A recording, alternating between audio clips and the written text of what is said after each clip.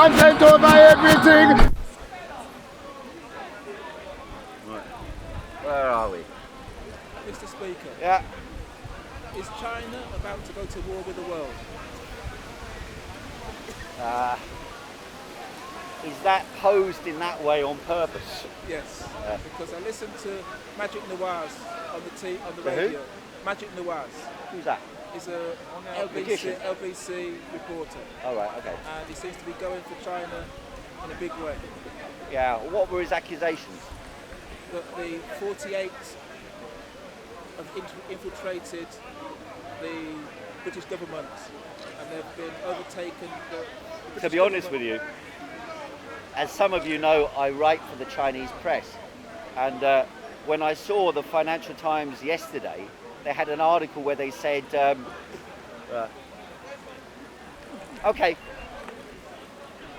where they said, it does look like a gun. I understand that. It does look like a gun. I know, but just for a joke. I'm all the way from Mount Everest. So From where?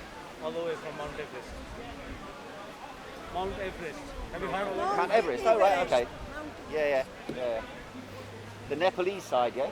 Oh, okay.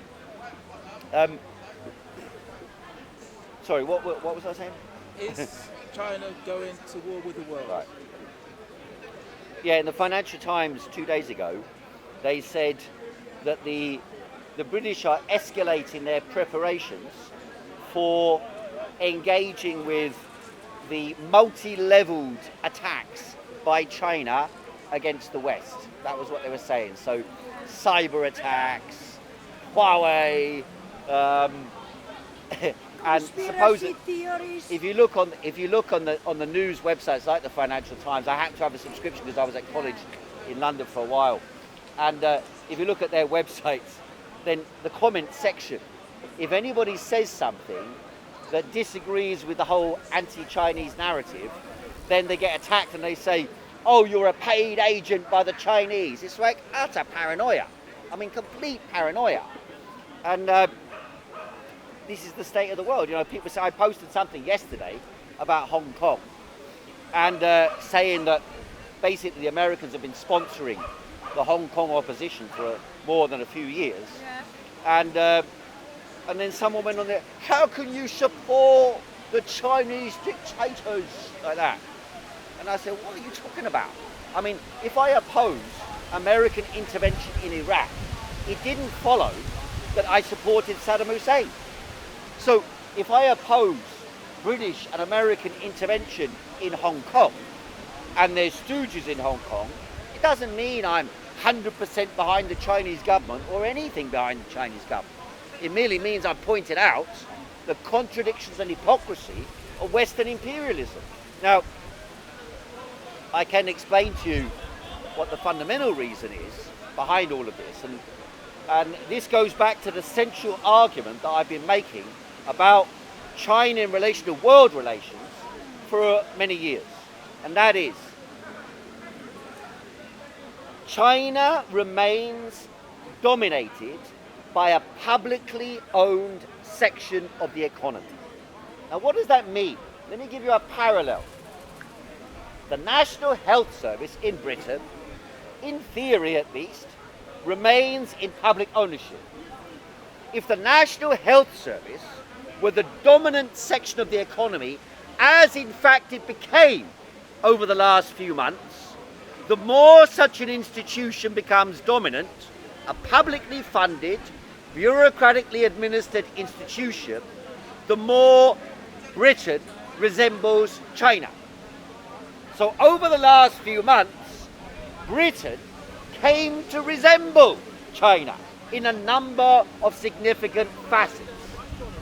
That public money, public resources, the government bureaucracy, and the bureaucracy of the state and its institutions, including healthcare, education, welfare, transport, the military, the police, the judiciary, the government, all these institutions that are public sector institutions, gained a preeminence in British society for a temporary period.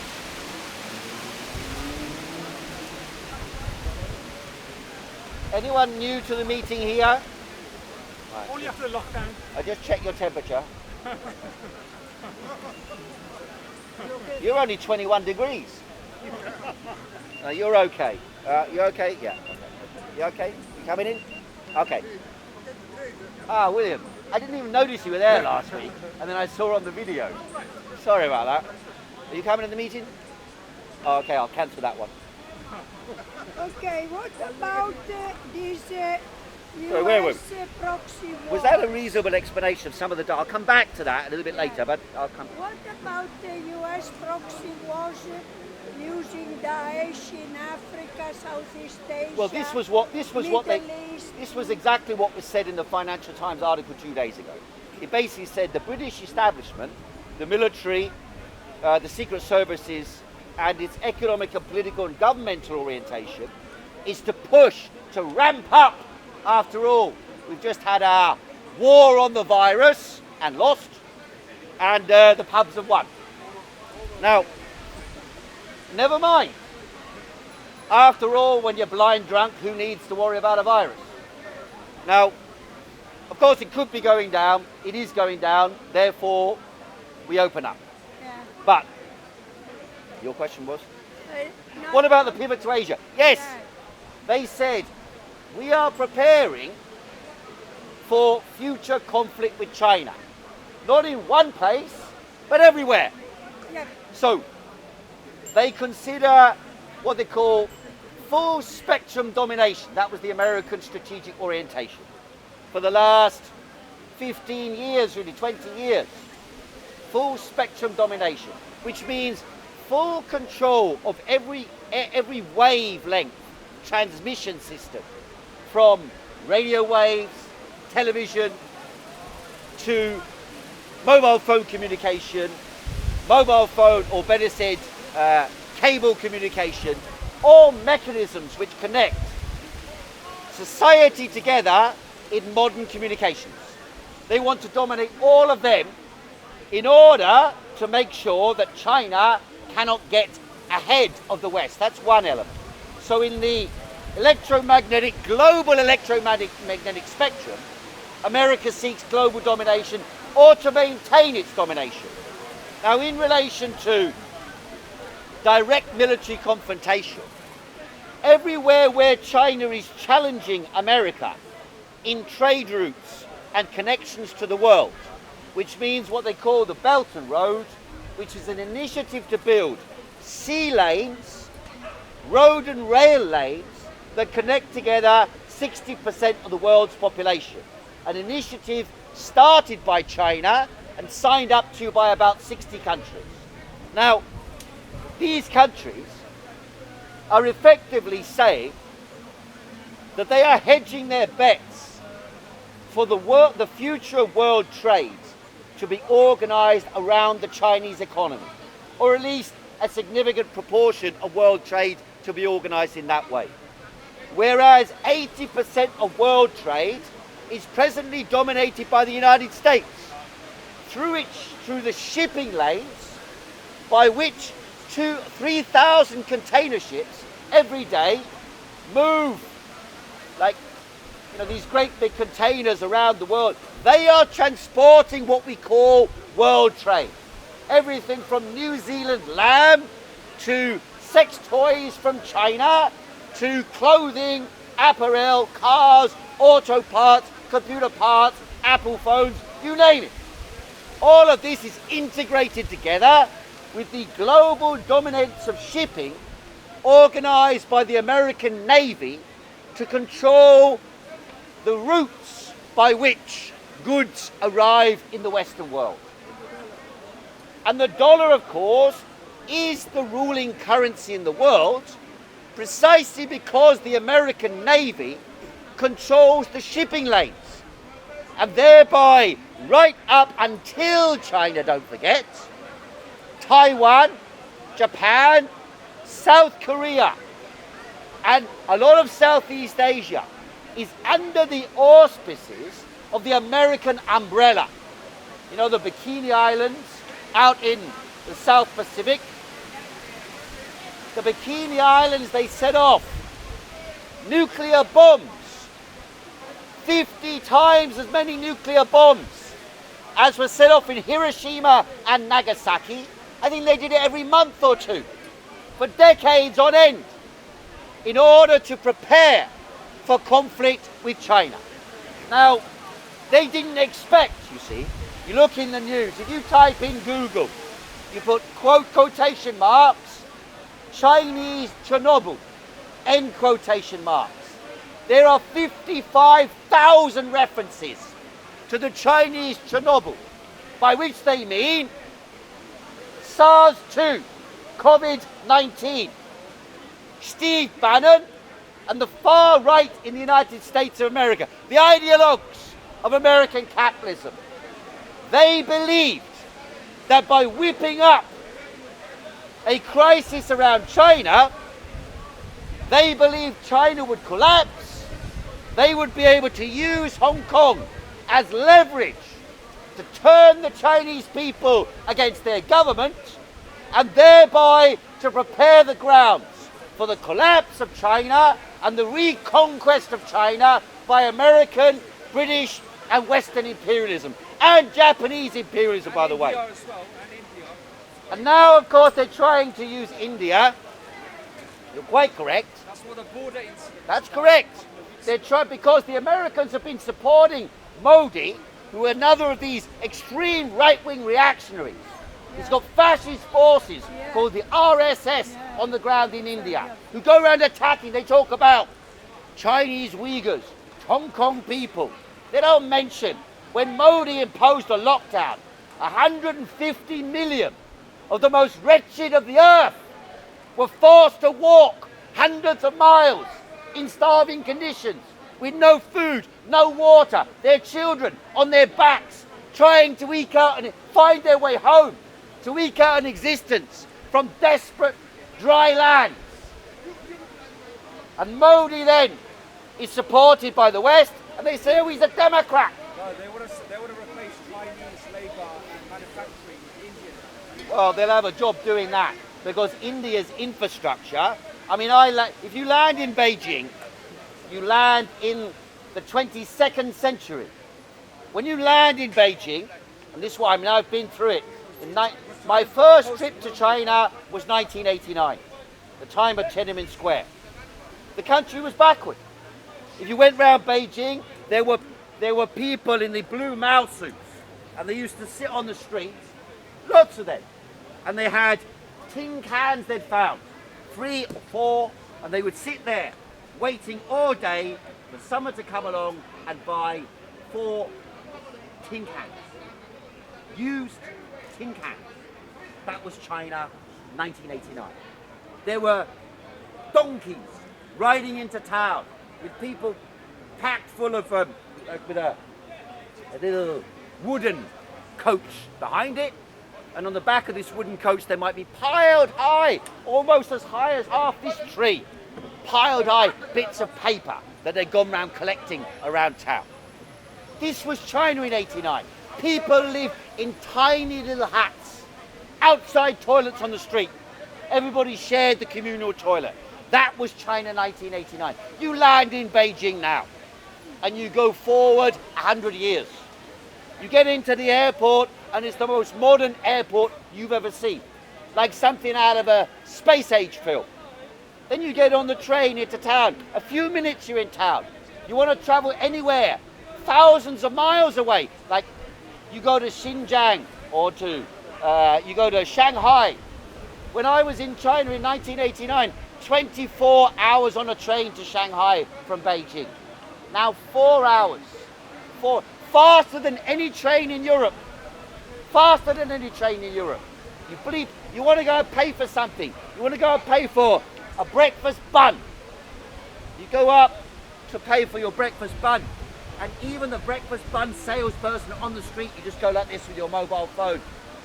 Show the QR code, bang, you pay for it. You want to pay a beggar, you pay him with a QR code. No one has money, they don't use money. Now, and China has developed. I mean, literally, when I was in '89, I saw there was one corner of town, the southeast, near Yongding Manhe,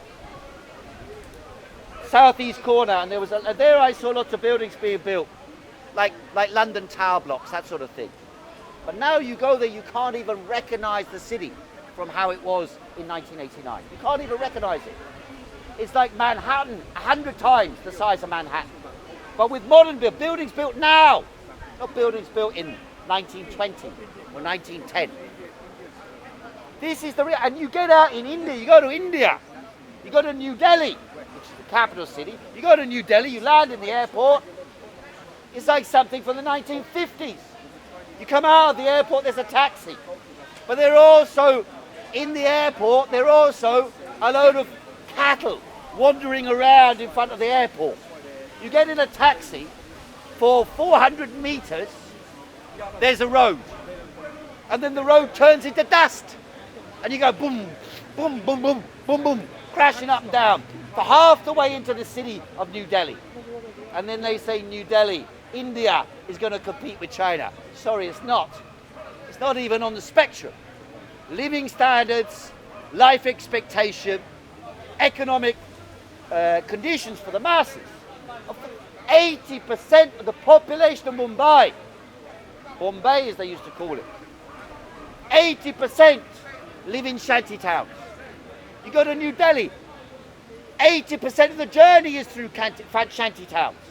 Then you come to a posh part. The posh part is colonial buildings. Not even modern colonial buildings. And then they say India is going to compete with China. It's just a pipe dream. India competes with America and Britain. Because when you phone up your bank, yes, you've got someone in India or in the Philippines who answers the phone, sits in a call centre. Why is that? Because it's cheap. Comparative to Britain, it's cheap. That's why. Comparative to Britain, it's cheap, as I said. Not really. Not really, no. And they speak English, of course, yeah. They speak English and it's comparatively cheap. A tenth of the wage of Britain, and they speak English reasonably well, reasonably competent, and they've got a layer of the population who are educated, but it's a small layer of the population. In China, nearly 40% of the population are relatively well off in the urban areas. They live like you and I do here. How big is India's middle class? India's middle class is very small. Very small. They make out, officially they say it's a third of the population, but in reality it's less than 10% of the population. 10% of 1.2 billion. It's about 100 million. What's the population of England? About 65 million. But we are comparing China with India, not Britain with India. So compared with China, with Britain, yes, India has a layer of the population who again live like the British do. But the rest of the population is a different world. A third of the population still treated like untouchables. So then you tell us India's going to catch up. Sorry? It's like the working class. Well, they are the working class. They're another type of working class with a special subdivision that they live in conditions which are in reality almost feudal in their relations, social relations. The underclass, and they face systematic racism as well because of that. Yes. Well, they say it's a caste relation, so they say, Class and class. Well, in India, it's a fine division. There is ruling class, according to Marxist theory, is about labour relations. So in other words, the exploiter and the exploited in terms of economic relations. But then within that you can have subdivisions, like we see Black Lives Matter here, people protesting about the subdivision within the working class, whereby you have an even lower layer of the working class. That's why we've got an outbreak in Leicester now. Because Boohoo, the website, during the lockdown, they are used because basically the supply lines from China, the supply lines from India, the supply lines from Bangladesh, Pakistan, Haiti and so on, broke down. And they were stuck. And so what they did instead was they relied upon the local suppliers, and Boohoo is famous for relying upon local suppliers. And instead of wanting all the fashion clothes, everybody wanted simple relaxation clothes. So they turned these Leicester factories into overdrive, employing Bangladeshi, Pakistani and also illegal labour in these factories where COVID spread rapidly. That is why Leicester now is a central vector of transmission in Britain and has been locked down when the rest of the country is liberated because we can go to the pub. So, you know, these are global universal phenomena. The class relation is the primary, but within the class relation, they have subdivisions by sex, subdivisions by caste, religion, Ireland religion, in Britain race, ethnicity, a religious belief, Muslim, Christian and so on. So I'm British Asian. Where do I fit in your class system? Well, it's not my class system, it's the class system created by capitalism. The class system, where do I fit in? Well, it depends what your position in employment is.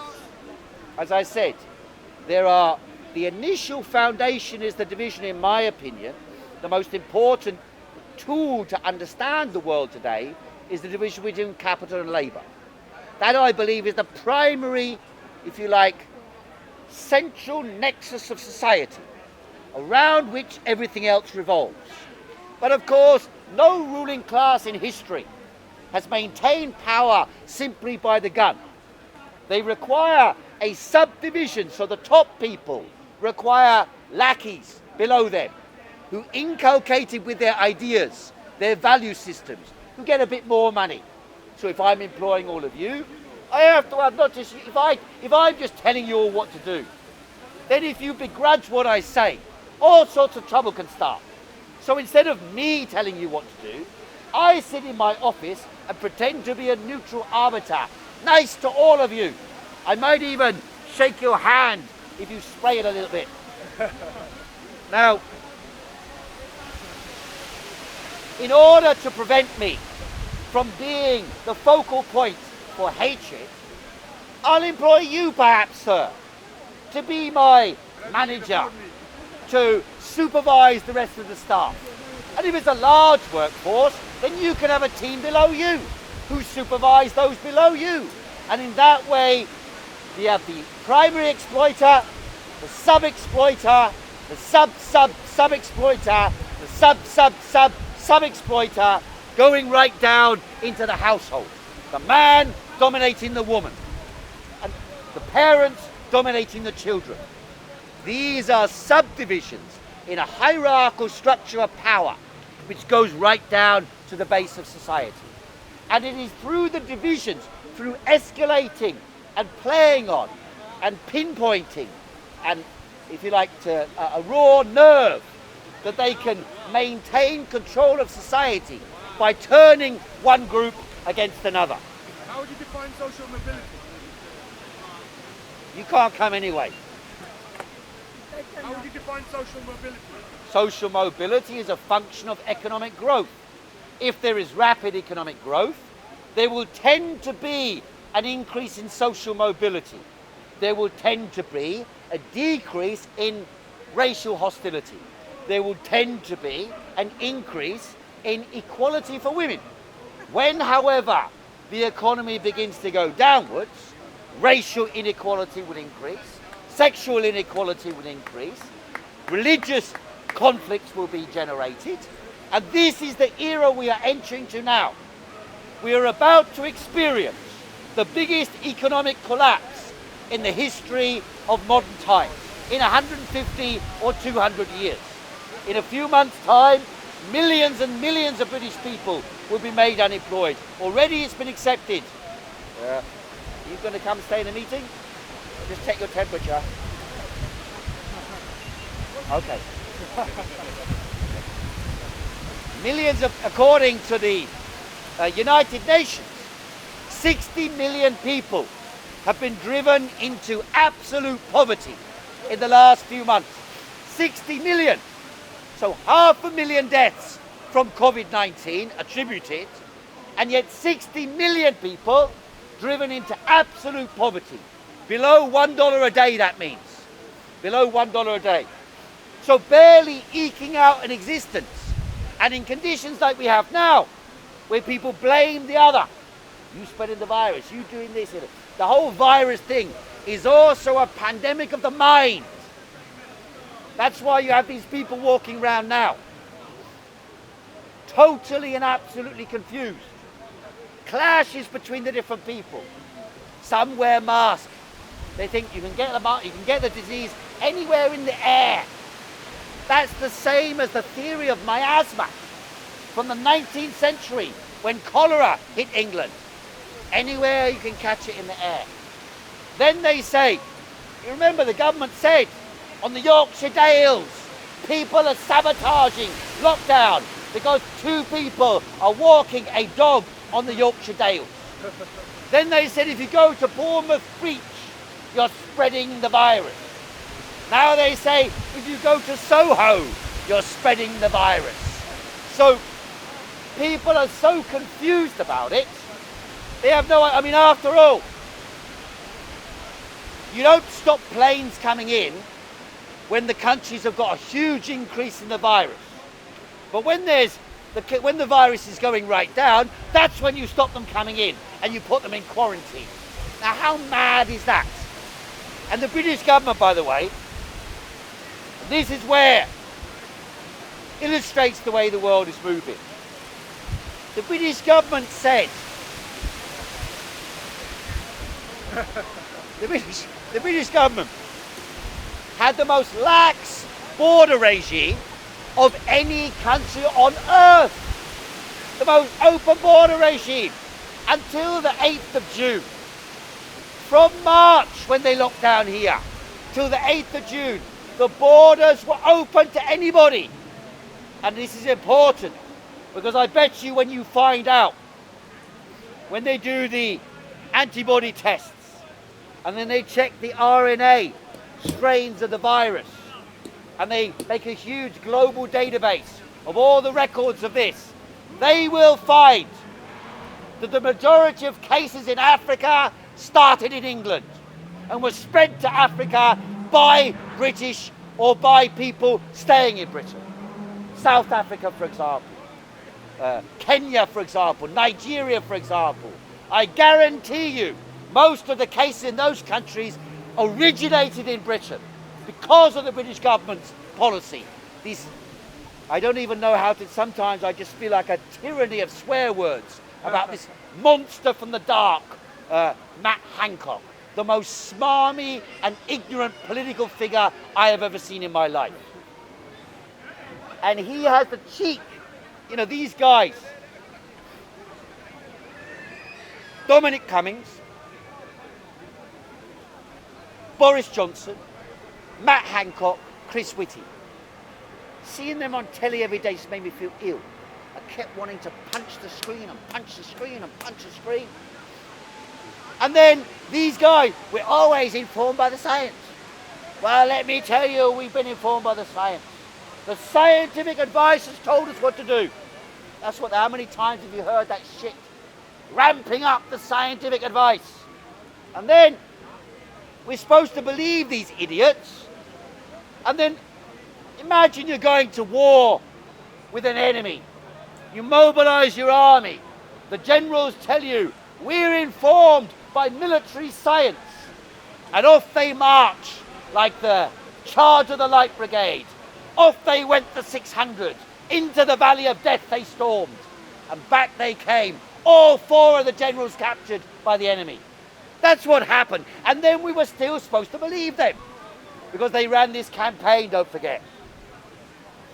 I looked through the Sage Minutes. I know it's boring for most people. But when they published them, initially they said, oh, everything's secret. You can't know, because the British public are so thick, so stupid. We won't tell you anything, because we know the science. You don't know. We're informed by the science. But you people, what can you possibly know about science, you know? It's so complicated. It's a very good mask. Are you sure you're okay over there? You look a bit... Oh, no, you're okay. Informed by the science. But then we're not supposed to even know what the science is. Now they're saying, oh, one day there'll be an inquiry and everything will come out. No, no, no, no. We know what happens at their inquiry. We saw that with Grenfell Tower.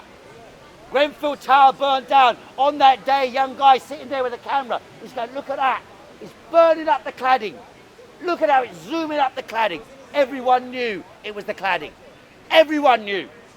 But the government and the politicians and the lawyers and the inquiry experts, Lord Smuffleduff and Baroness Bumbalum, they investigated for 2 years and they came back with the conclusion the fire brigade was to blame.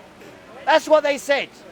I guarantee you, unless we keep our eye on the ball and force the issue as soon as possible, the government will get away with an inquiry that will blame the NHS.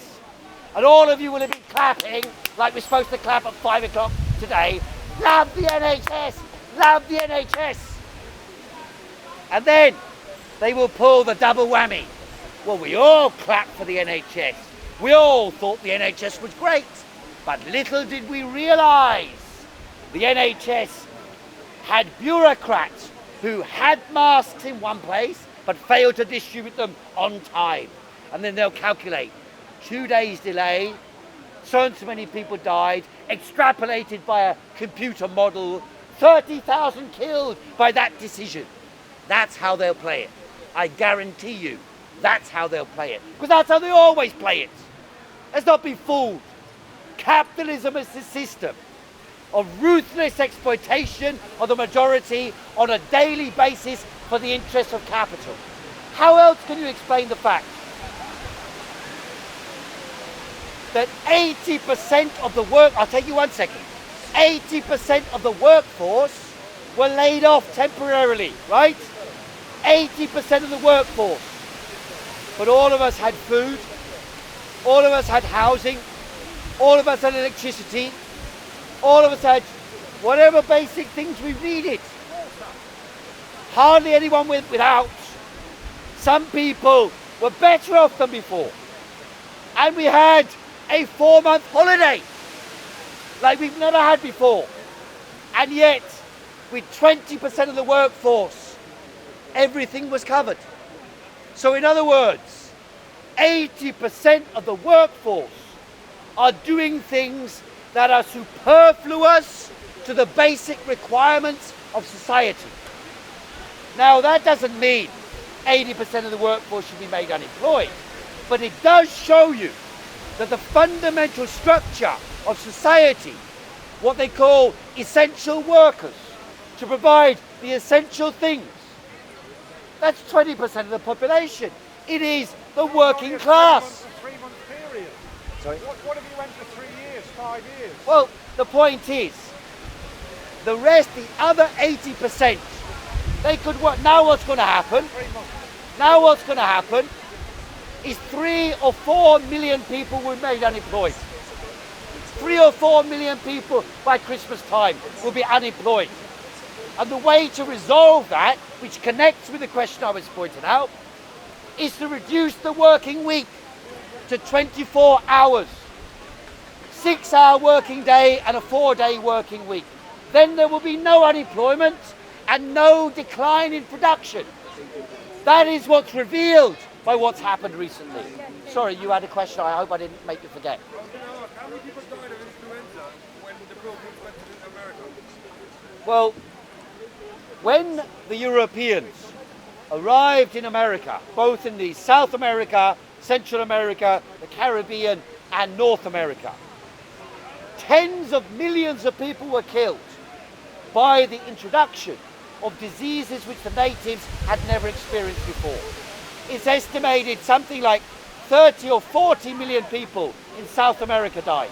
In North America, I don't know the figure, probably 10 or 20 million.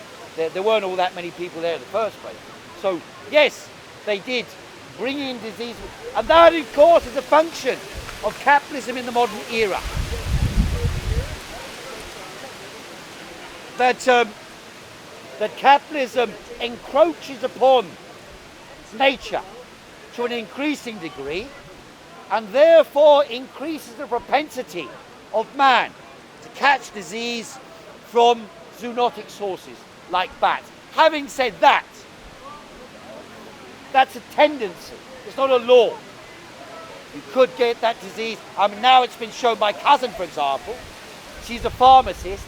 She just had an antibody test. She came down ill 30th of December in Britain. In Britain. Now they say that they tested the water in Spain and they found COVID-19 in March last year in the water in Spain. And so we now, or what the indications are very strong, that this disease in one form or another has been around a lot longer than Wuhan in November last year. I thought COVID-19 is an airborne disease. I thought COVID-19 is an airborne disease. COVID-19 comes initially, well, airborne, it comes from bats. 97% of the DNA or RNA of it is bat RNA. Very similar to SARS-1. And at some route of transmission happens. It could be direct. For example, when I was a child, on the balcony of my grandmother's house in Malaysia, I found a little bat. I touched the bat. I could have caught a disease, maybe even SARS. They might have carried it for 100 years or 1,000 years and never had it transmit to a human. Somehow it transmitted. Now, general view of zoologists is that it transmitted via a secondary animal, possibly a raccoon. There is a big raccoon processing plant for raccoon fur in Wuhan, or possibly through a pangolin. These are the two which they believe the most susceptible. But we don't know, it could have come directly from bats. People do research with bats. Some of you will have been in a cave with bats. You can walk around Regent's Park in the evening or Hyde Park in the evening, and tonight at sunset the bats will fly.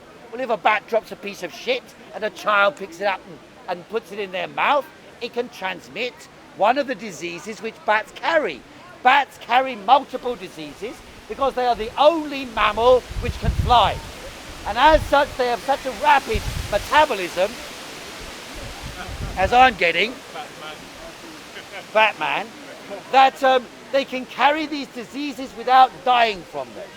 And that's why they are dangerous animals to human beings. Having said that, they may also be ultimately the source from which we find the cure for multiple diseases, and we create the mechanisms by which human beings can outlive these diseases, even cancer and other diseases, because this creature has a unique metabolism for a mammal. There are other mammals, that go in the sea, like the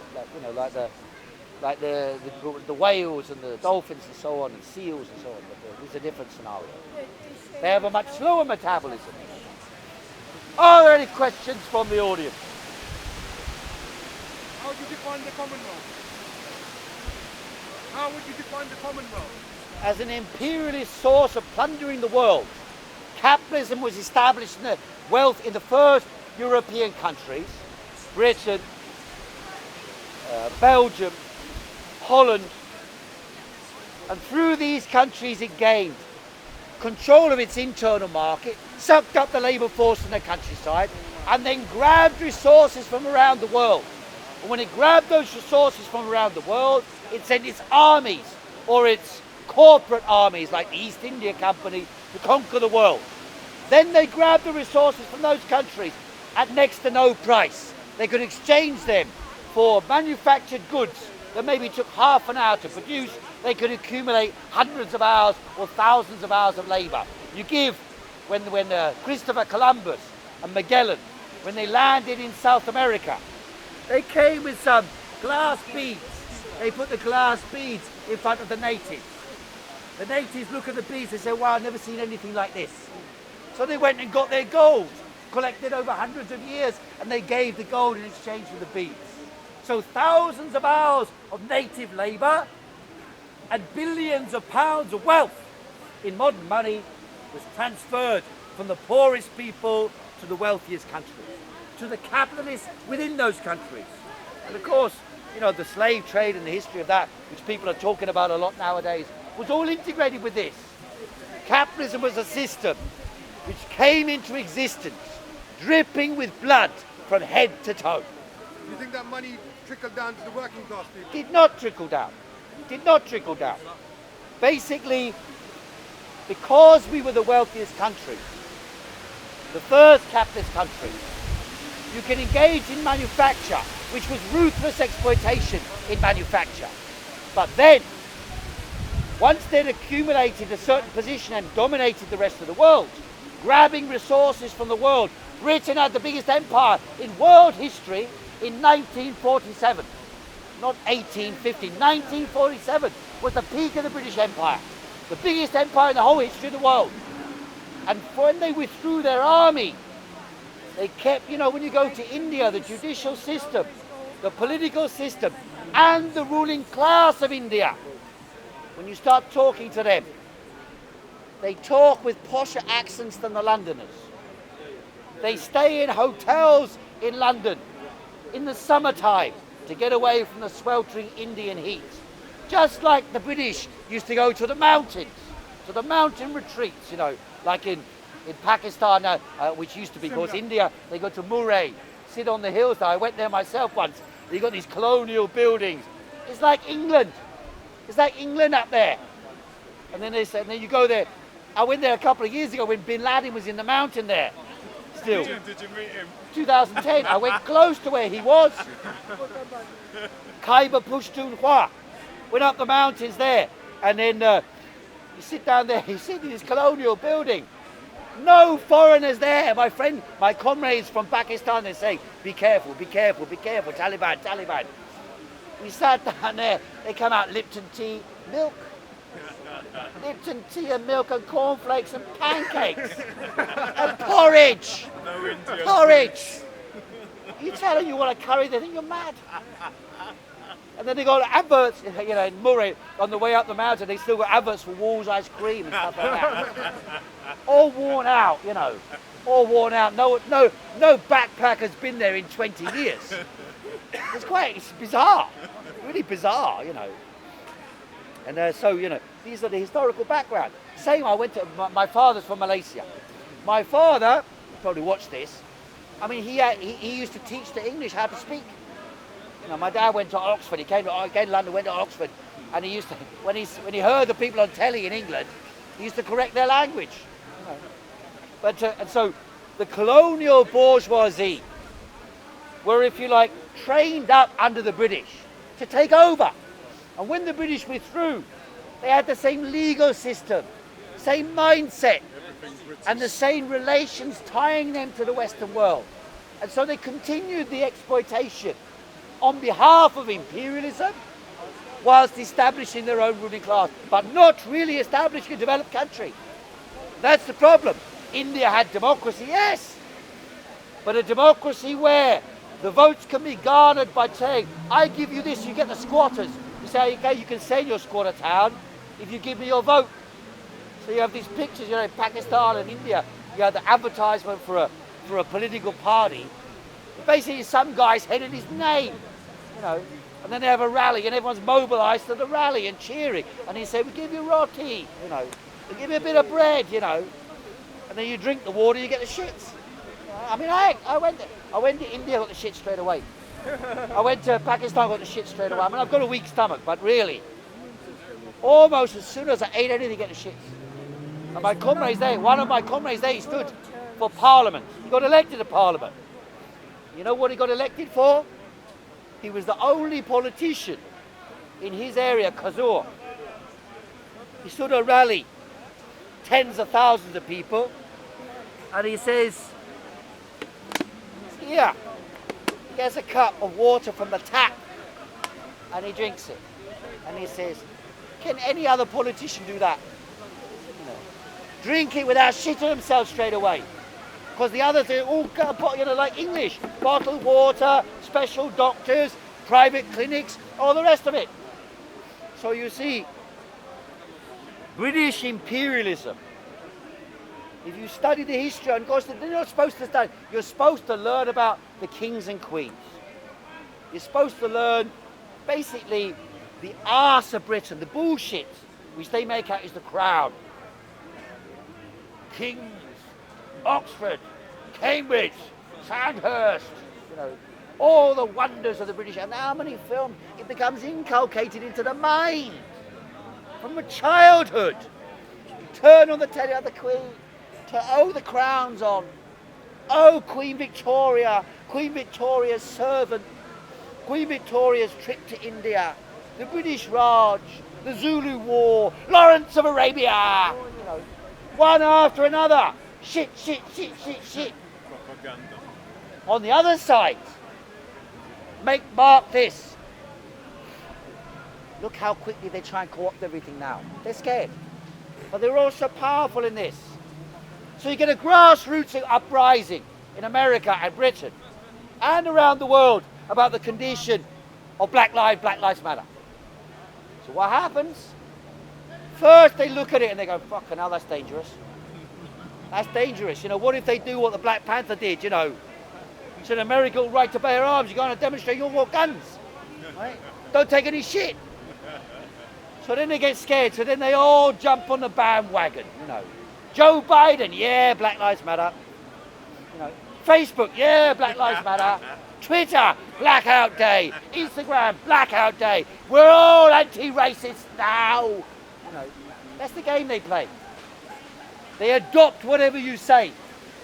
That's why you see there is always a problem with each of these sectional conflicts. Women's rights, black rights, Muslim rights. Tony Benn used to say, rest in peace, he used to tell this story, very simple. Old English fable, Johnny falls down the bottom of a well. When he's down the bottom of a well, 60 foot down, he says, get me a rope. Someone tries a rope like this, not long enough. He tries the next rope, not long enough. He tries the next rope, not long enough. Then Johnny shouts out from the bottom, tie the ropes together. And they tie the ropes together. One struggle, women's struggle, black struggle, workers' struggle, Muslim struggle. Link them all together, bind them together around the struggle against the system of society that creates the contradictions and chaos that we have today. There was no need for anybody in Britain to die of COVID-19. No need. Official figures now from the ONS show more than 65,000 people in the fifth richest country in the world have died.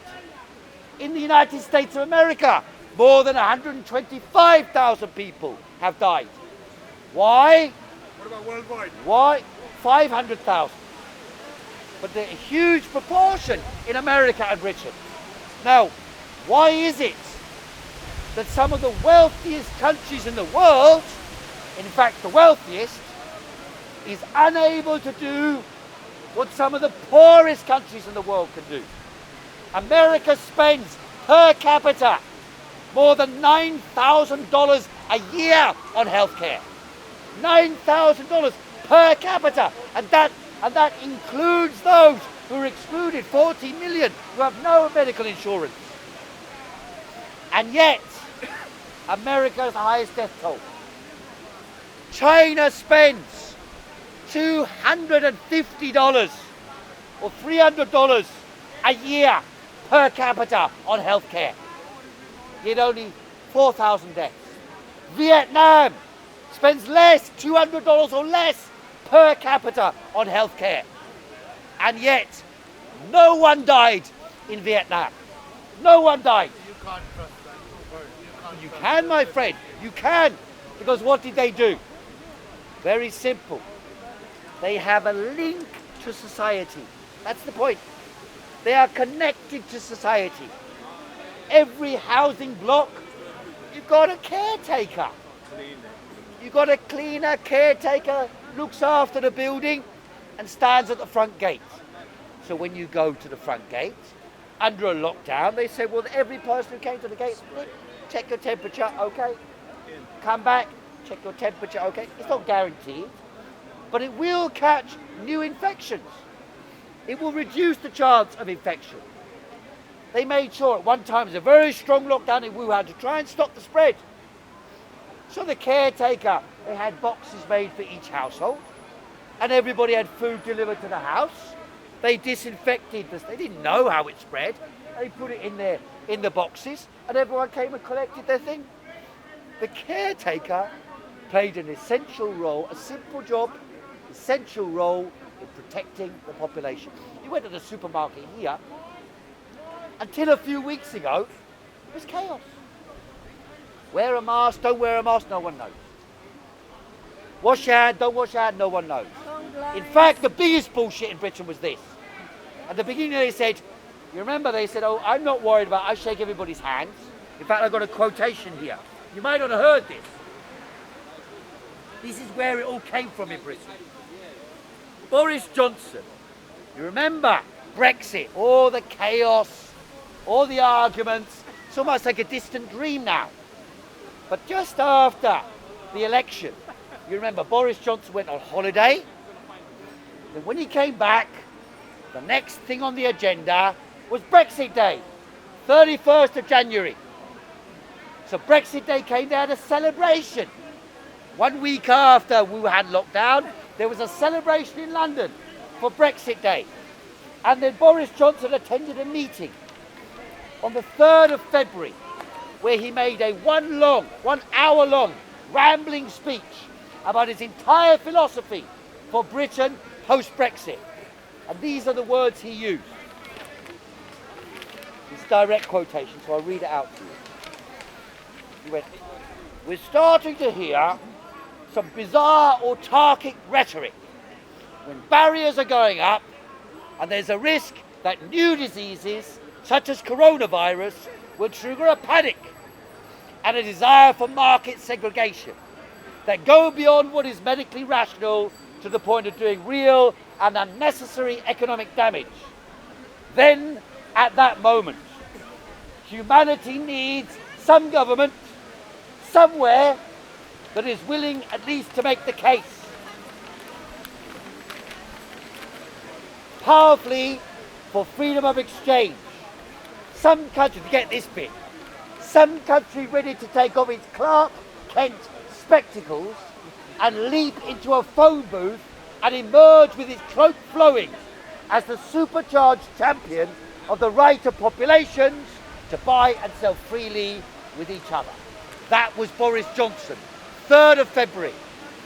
So the idea that they did not, that they paid attention, that they wanted to control the virus, that they took the virus seriously, is clearly negated by that.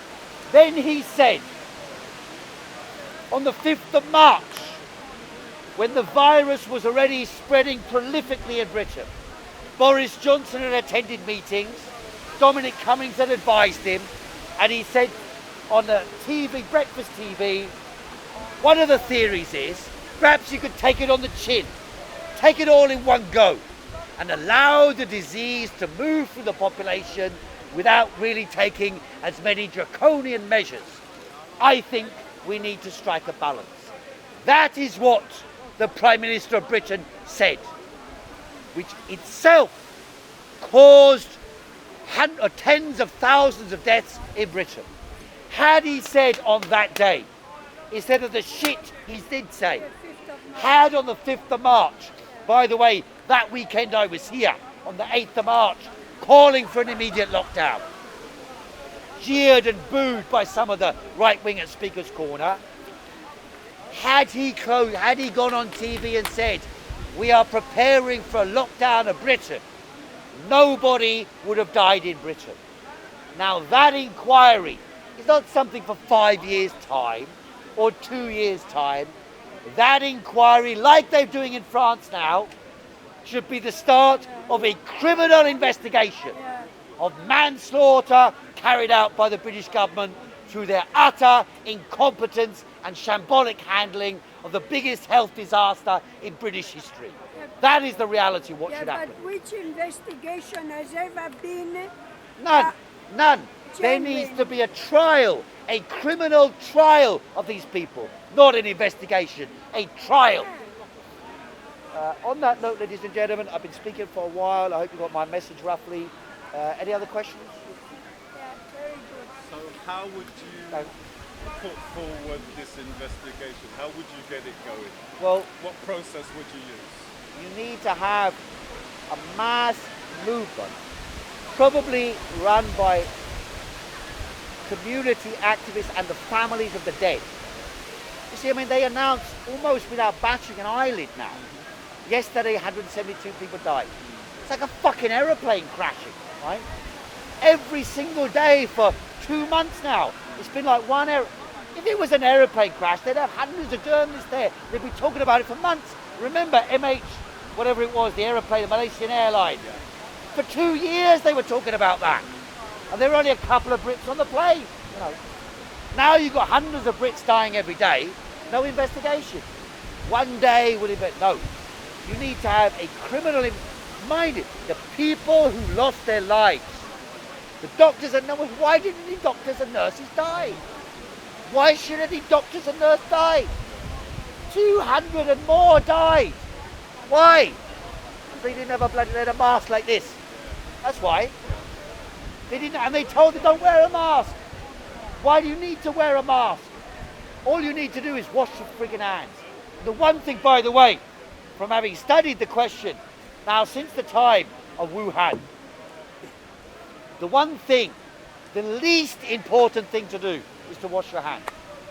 Because it's very difficult for the virus to survive on surfaces in a viable format that can transmit a high enough viral load to infect someone. We've known this for months now, at least since the middle of March. We've known this. Because there was a German study in Gangel, quite a large study.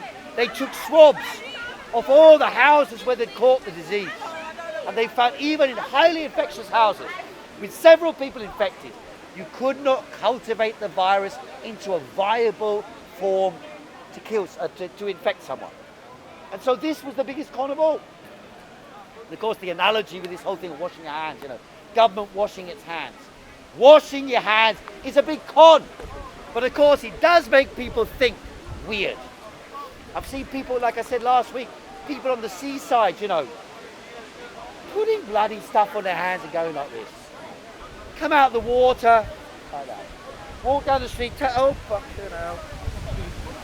Fear. The early studies that were saying that, for instance, it could last up to 3 days on stage. Well, it's not fact. That's Just a minute. a petri dish. It would last Yes, a few hours. yes. But that's not to cultivate it live. They could find the virus, but to cultivate into something that is viable to infect someone is a completely different thing. So, yes. Why would they lie about washing your hands? What would they do? Well, they initially assumed, if you look at the medical studies where they cite, it's called fomite transmission. So in other words, from an object, an inanimate object, you get it, and then you breathe it in somehow.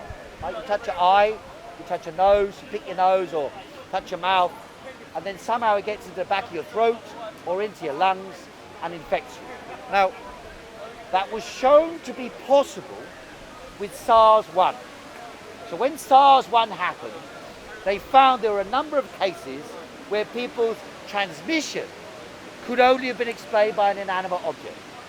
Now there was a case last week where someone, they claimed there was evidence that 6 people had caught it from one lighter that they shared.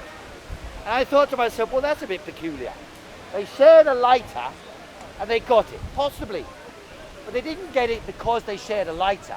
They got it because they were sharing a lighter to smoke. They touched the lighter, touched the cigarette, and then heavily breathed in to get the smoke. That's how they got it. So yes, it was for a former in that situation, but it's extremely rare. Now, Are you familiar with this? now when you look at the studies about COVID-19, there are no studies exclusively on the transmission from inanimate objects. None. There are a couple of studies, again, which claiming viability of the virus in lab conditions. Just the same as when they show these pictures. You know, they got these graphics. You're walking down the street, and there's these freaking signs everywhere now. 2 meters apart. 2 meters apart. It's bullshit. Bullshit. In fact, I saw there was a pavement 1.5 meters wide in Putney. Well, it varies in Fulham. different countries. And they got a sign saying 2 meters apart. On a It's all pavement 1.5 different. meters It's all wide. different. And then you're supposed to walk past, you know. I see the people, I mean, there's people like that. They're walking down the street and then they move to the side. You know, the worst of the English politeness, you know.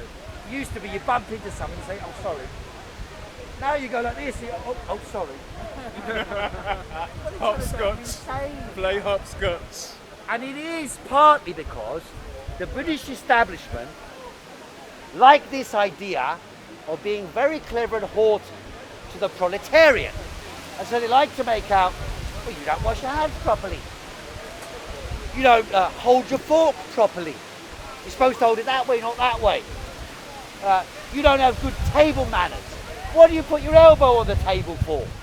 And all these petty bourgeois aristocratic norms and mores, they thought they could use that as a way of teaching the plebs how to behave themselves.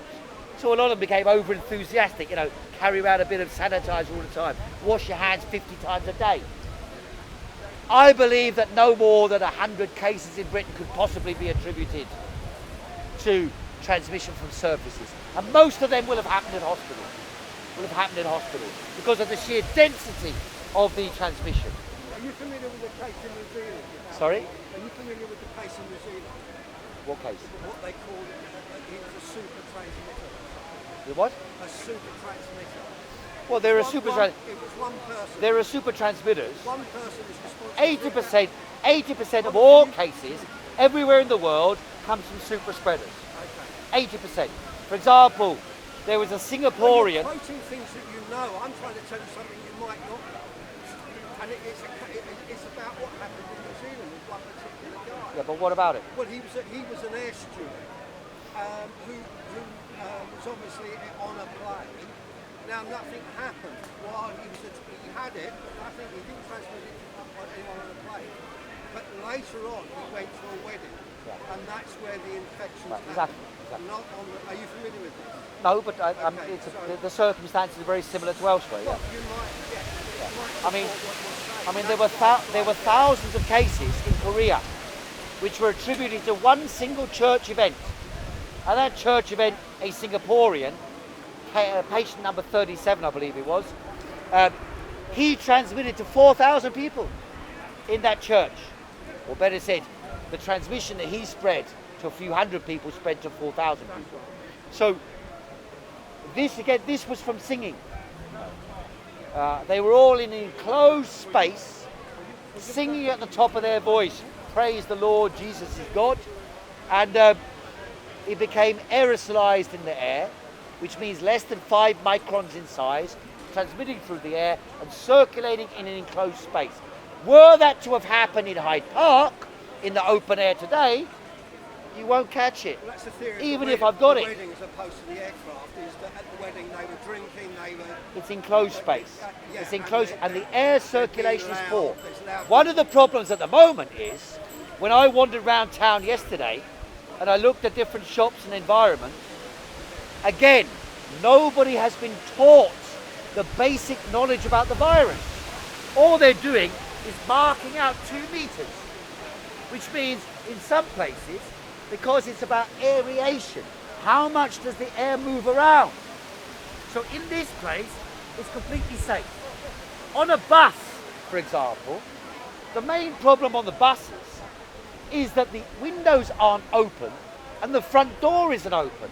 If the front door was open and they closed it off and the windows were open, no one will get infected, or nearly no one will get infected on the buses.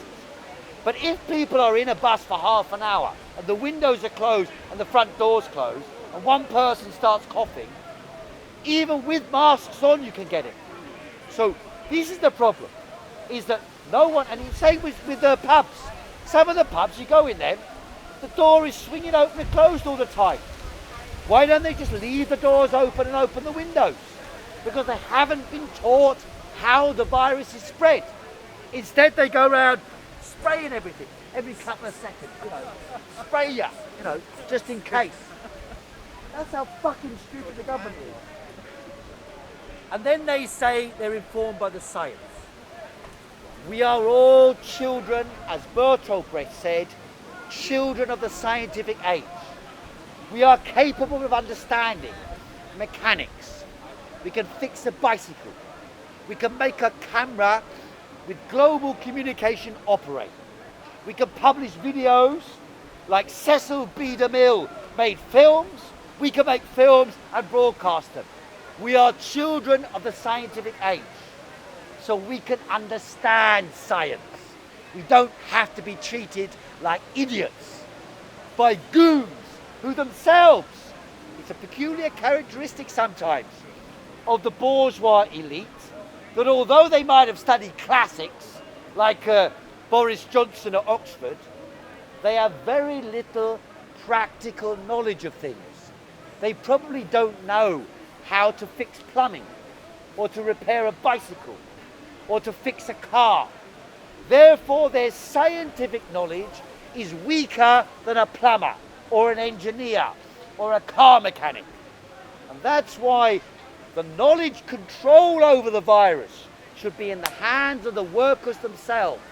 And they should find out how the virus spreads. They should learn and become agents, if you like, of public safety. Make no mistake about it. If a second wave comes en masse, that is what will be necessary. And the way in which many revolutions in history have begun was the most peculiar thing. Something called the Committee of Public Safety was established. During wars, epidemics, crises, which then gave birth to a public consciousness to protect the people. A Committee of Public Safety was established and became the central point of revolutionary change in society. It is perfectly possible that if a new wave comes in the autumn or even in the summer here, that such a process will begin to emerge, not only here but in many countries. And we are facing a reckoning with the very nature of the society we live in. And that means a reckoning with the system of exploitation organised by capitalism. So Thanks very much, ladies and gentlemen. So do you want to get rid of the monarchy in Britain? Of course. So how do we do that then? The monarchy is a superficial, if you like, cherry on the cake of capitalism. It's not the most important question. Yes, subordination to the monarchy, but you see the way the monarchy is readapting itself. It will always adapt itself. In fact, if Britain turns communist, they'll declare they're always favouring communists. They'll find one of them who is a communist. No. So I wouldn't worry so much about the monarchy, except in this circumstance. If a government is in a desperate crisis and is on the edge of collapse, you saw this with the proroguing of Parliament in the autumn, then of course they may use the monarchy to try and unify the country and hold power for a period of time. That's the only time when the monarchy will be really dangerous. But for now, the main thing is organisation. We're at the birth of Black Lives Matter, in fact, is the birth of such a thing. A birth of a new awareness amongst the downtrodden working classes. You know, when the Russian Revolution started, it started with women's hunger demonstrations. Then it became a general strike in the army, then it became an insurrection. So it is now. The American, everybody known, since slave times, the Americans, the black people in America have been mistreated. And so waves of upheaval bring forth a new society. But that new society is not fucking adverts saying Black Lives Matter outside a Supreme shop, you know, or some fashion brand, or some Twitter account. It means the awakening of the people and the organisation of the people for their own interests. Of the working classes, spanning all nationalities, spanning all sexes and sexuality. And in this way you bind together the people who produce the wealth. The children of the scientific age must take over the running of society.